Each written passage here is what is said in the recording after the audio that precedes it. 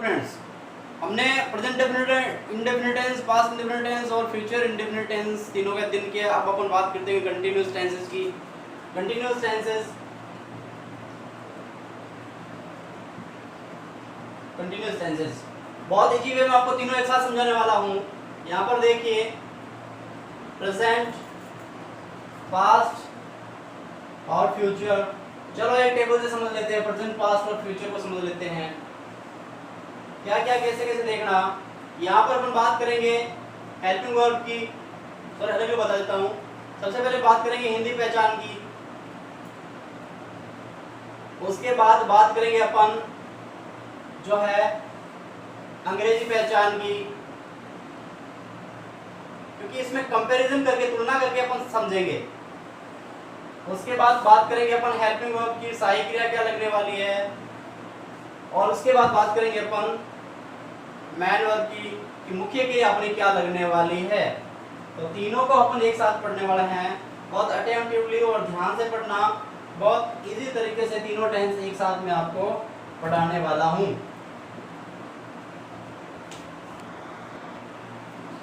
चलो, तो इनके बारे में बात करते हैं कि इसका कैसे कैसे प्रयोग हुआ। देखो, हिंदी पहचान किया प्रेजेंट कंटीन्यूअस टेंस की, रहा है, रही है, रहे हैं। एक एक देता हूँ, रहा है, रही है, रहे। जैसे मान लो मोर नाच रहे हैं, मैं पढ़ा रहा हूँ, तुम सीख रहे हो। इसके अलावा क्या पहचान है? गाय पेड़ के नीचे बैठी है, मैं छत पे खड़ा हूँ। इनके पीछे रहा तो नहीं आ रहा है, लेकिन क्रिया कंटिन्यू है, तो प्रेजेंट कंटीन्यूअस टेंस होगा। अच्छा, इसका रहा था, मैं तुम्हें पुकार रहा था, मैं तुम्हारा इंतजार कर रहा था, हम अंग्रेजी सीख रहे थे, वह स्कूल जा रहे थे, तो ये रहा था, पास्ट कंटीन्यूअस टेंस। और रहा होगा, वह गाड़ी चला रहा होगा, अगले साल में 10वीं कक्षा में पढ़ रहा होगा, तो ये फ्यूचर की अगर कोई बात हो तो ये फ्यूचर कंटीन्यूअस टेंस होगा। हिंदी पहचान समझ गए आप, बहुत ही आसान है। बात करते हैं अंग्रेजी पहचान की, तो यहाँ पर जैसे मान लो नाउअडेज, आजकल, आजकल तुम कहाँ रह रहे हो, और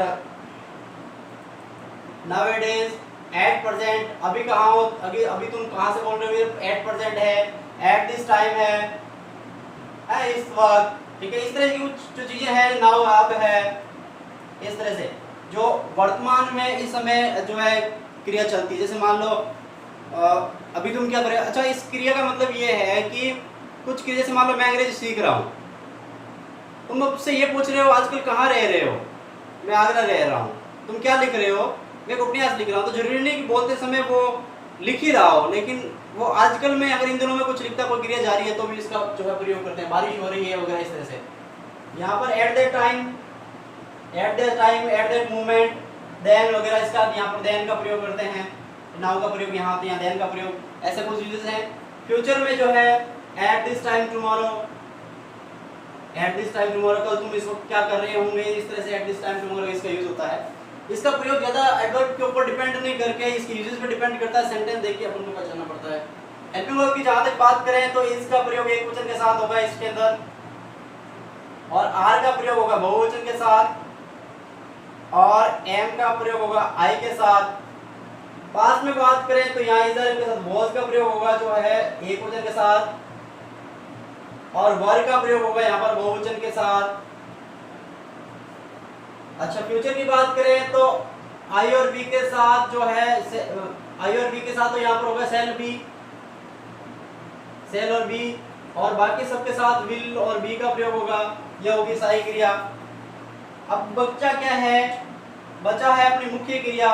तो मुख्य क्रिया फ्रेंड्स तीनों टेंस के अंदर एक ही लगने वाली है, वो लगेगा वी प्लस आईएनजी, क्रिया के प्रथम रूप के साथ आईएनजी। क्यों? क्योंकि ये कंटिन्यूअस, मैंने पिछले वीडियो में बताया था, कंटिन्यूअस मतलब रहा, और रहा मतलब वी फर्स्ट आईएनजी। क्रिया के प्रथम रूप के साथ आईएनजी का प्रयोग करना है। क्रिया के प्रथम रूप के साथ आईएनजी का प्रयोग करने की क्या नियम है, एक बार उनको देख लीजिए। चलो फ्रेंड्स, कंटिन्यूअस टेंस में हम आईएनजी लगाते हैं, तो आईएनजी लगाने का पहला नियम देख लीजिए। पहला तो नियम यही है, वी फर्स्ट के साथ आईएनजी हमेशा वर्ब की फर्स्ट फॉर्म के साथ ही लगता है, सेकंड फॉर्म के साथ नहीं। जैसे गो का है, गोइंग हो सकता है, वेंट का वेंटिंग नहीं हो सकता, समझ रहे हो? सेकंड फॉर्म, थर्ड फॉर्म के साथ आईएनजी का प्रयोग नहीं किया जाएगा, फर्स्ट फॉर्म के साथ ही किया जाएगा, पहला नियम। दूसरा नियम यह है, क्रिया का अंतिम अक्षर, क्रिया का अंतिम अक्षर अगर व्यंजन हो उससे पहले एक स्वर हो तो अंतिम व्यंजन को डबल करके आईएनजी लगाया जाता है, डबल करके आईएनजी लगाया जाता है। कैसे देखिए, जैसे मान लो है रन, तो अंतिम अक्षर व्यंजन है उससे पहले एक ही स्वर है ना, तो ये एन को डबल कर देंगे रनिंग। जैसे है सिट, तो यहाँ हो जाएगा सिटिंग, डबल कर रहे हैं ना इस तरह से। जैसे मान लो है स्विम, तो यहाँ हो जाएगा स्विमिंग। अब आप पूछेंगे तो सबके साथ होता है क्या? प्राय सबके साथ होता है, कुछ छोड़ करके एक्स वाई जेड है, डब्ल्यू है, इनको डबल नहीं करते हैं। मान लीजिए F O L L O, तो इसका हो जाएगा F O L L O W I N G following. जैसे मान लो बॉक्स है तो हो जाएगा बॉक्सिंग, प्ले है तो हो जाएगा प्लेइंग, और जेड है बज तो हो जाएगा बजिंग। इस तरह से तो इनको डबल नहीं किया जाता डब्ल्यू एक्स वाई जेड को। एक इसका अपवाद भी है, वो है ओपन, तो ये हो जाएगा ओपनिंग। एन को डबल नहीं करना है, यहाँ एन को डबल किया है लेकिन ओपन डबल नहीं किया था क्योंकि ये एक्सेप्शन है, अपवाद है। अब बात करते हैं क्रिया के साथ आईएनजी लगाने के दूसरे नियम की। तो देख लीजिए दूसरा नियम क्या है कि अगर यही इसी नियम को देख लीजिए, सॉरी तीसरा नियम यह है व्यंजन से पहले दो स्वर हो, ठीक है ना, दो स्वर हो तो डबल नहीं किया जाएगा, डबल नहीं। यानी कि इस यूं देख लीजिए, जैसे कुक है तो हो जाएगा कुकिंग, अंत में व्यंजन जरूर लेकिन इससे पहले दो स्वर हो गया। जैसे मान लो रीड है तो हो जाएगा रीडिंग, इन डी को डबल नहीं किया जाएगा क्योंकि व्यंजन से पहले दो स्वर है। अच्छा, चौथा नियम देख लीजिए, क्रिया के अंत में ई हो तो उसे हटाकर आईएनजी लगाएं। चलो ये देख लेते हैं क्या नियम है। क्रिया का अंतिम अक्षर ई हो तो उसे हटाकर आईएनजी लगा। जैसे मान लीजिए गिव है तो हो जाएगा गिविंग, टेक है तो हो जाएगा टेकिंग। आप समझ रहे हैं ना, ई को हटा करके आईएनजी लगाया है, गिविंग, टेकिंग वगैरह इस तरह से। चलो इसके अपवाद भी है, क्या है कि डबल यू नहीं होना चाहिए। अगर दो स्वर है ना, दो स्वर हो तो उसके साथ आईएनजी लगाते हैं। ये पांचों नियम मान लो इसको, दो स्वर हो तो उसके साथ आईएनजी लगाया जाता है, डबल वगैरह कुछ नहीं करना। जैसे मान लो सी है तो सीइंग, फ्ली है तो फ्लीइंग, जैसे कू है गुटरू करना तो कूइंग, इस तरह से पी है तो पीइंग। इस तरह से जो है दो स्वर हो तो उसके साथ सीधा आईएनजी लगाया जाता है।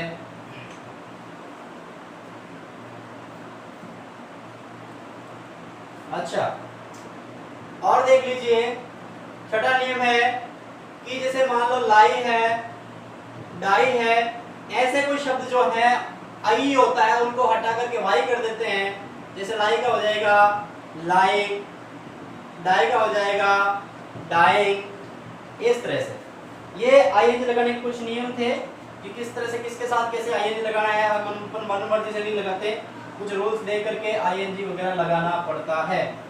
आई होप कि आपको ये नियम अच्छे से समझ में आए होंगे। अब अपन बात करते हैं उन सेंटेंसेस की पहचान और उसके बारे में। चलो फ्रेंड्स, अब अपन सेंटेंसेस की बात करते हैं। टेबल आपके सामने है, रहा है, रात आ रहा होगा, तो साई क्रिया क्या लगेगी, मुख्य क्रिया क्या लगने वाली है। सेंटेंस देखिए, मोर नाच रहे थे, रहे थे कौन सा टेंस है, पास्ट कंटीन्यूअस टेंस है। रहे थे तो मोर नाच रहे थे या रहा था, रहे थे ना तो पास्ट इंडेफिनिट टेंस का ये सब्जेक्ट जो है ना वो प्लूरल है, तो यहाँ हो जाएगा द पीकॉक्स। अच्छा, एक वचन के साथ वॉज, बहुवचन के साथ वर, तो पीकॉक्स के साथ आएगा वर, पीकॉक्स वर। डांसिंग, DNCE होता लास्ट में हटाकर आईएनजी लगाया, पीकॉक्स वर डांसिंग। दूसरा, क्या तुम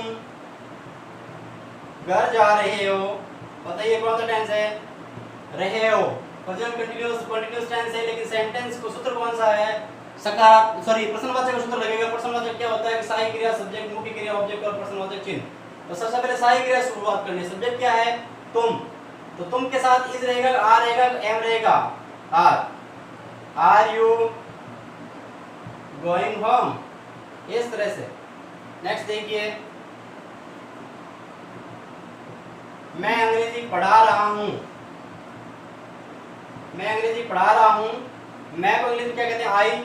पढ़ा रहा हूं, पढ़ा रहा था, रहा हूं ना अभी भी, तो आई एम, राइट। आई के साथ एम का प्रयोग होगा, आई एम। पढ़ाना कहते हैं टीच, तो लग जाएगा I N G, I am teaching English. पांचवा देखिए, गाय पेड़ के नीचे बैठी है, नहीं बैठी थी। अगर बैठी है तो प्रेजेंट कंटीन्यूअस, बैठी थी तो पास्ट कंटीन्यूअस टेंस है। गाय पेड़ के नीचे बैठी थी, तो द काउ वाज, बैठी थी ना, बैठी थी तो वाज एक question. The cow was sitting, गाय बैठी थी, कहां बैठी थी? अंडर द ट्री, पेड़ के नीचे, इस तरह से। और सेंटेंस लेके देखते हैं, फ्यूचर की बात करते हैं। फ्यूचर का कोई सेंटेंस लेके देख रहे हैं। वे यात्रा कर रहे होंगे, वे यात्रा कर रहे होंगे। बात करते हैं फ्यूचर की, तो देख लेते हैं सेंटेंसेस। हम खेतों में काम कर रहे होंगे। फ्यूचर की बात हो गई, हम खेतों में काम कर रहे होंगे, तो we shall be working in the fields, खेतों में। अब बात यह है कि हम खेतों में काम कर रहे हैं, इसका नेगेटिव लेके देखते हैं। वह तुम्हारा इंतजार नहीं कर रहा होगा। नेगेटिव सेंटेंस है, तो वह यानी he will not be waiting for you. अब आप समझेंगे कि विल भी सहायक क्रिया के बीच में नॉट आया। हमें तो ध्यान रखना कि सब्जेक्ट, सहायक क्रिया, मुख्य क्रिया, ऑब्जेक्ट, ये सकारात्मक सूत्र होता है। नकारात्मक नॉट सहायक क्रिया, मुख्य क्रिया के बीच में लगता है। लेकिन अगर कोई सहायक क्रिया दो शब्दों की हो तो उसके एक शब्द बाद नोट लग जाता है। जैसे मान लो विल और बी सहायक क्रिया ना, तो नोट यहाँ नहीं लगेगा, विल और नॉट के बीच में लग जाएगा। मान लीजिए कोई हैज बीन सहायक क्रिया है, तो नोट यहाँ नहीं लगेगा, यहाँ बीच में नोट लगेगा। अगर सहायक क्रिया दो या तीन शब्दों की है तो एक शब्द के बाद नोट लग जाएगा। ये बात प्रश्नवाचक में भी लागू होगी। अगर प्रश्नवाचक के साथ अगर सहायक क्रिया का पहले प्रयोग करना, जैसे मान लो क्या हम कल यात्रा कर रहे होंगे, ये प्रश्नवाचक हो गया। तो क्या हम कल यात्रा कर रहे होंगे, तो प्रश्नवाचक वाक्य डब्ल्यूएच वर्ड्स वाला है नहीं, यस नो टाइप वाला है, तो सहायक क्रिया शुरू होगी, शुरुआत होगी इसकी। तो shall, we be travelling tomorrow. यहां आप देखेंगे कि मैंने सेल का प्रयोग किया है। सेल और बी दोनों, विल बी, सेल बी का, सेल और बी दोनों आगे नहीं लेके आया हूं, सिर्फ बी से पहले सिर्फ एक ही शब्द आगे लेके आया हूं, एक शब्द को मैंने पीछे ही रखा है। तो आप ये ध्यान देना, दो शब्दों या तीन शब्दों की सहायक क्रिया, जैसे मान लो विल हैव बीन है, विल हैव बीन, तो अगर नॉट लगाना है तो इनके बाद नहीं लगेगा, नॉट यहां लग जाएगा एक शब्द के बाद। और सब्जेक्ट के से पहले भी इसको लाना है तो सिर्फ एक ही शब्द आगे आएगा, ये पूरी सहायक क्रिया आगे नहीं आएगी। I hope you like the video, thank you.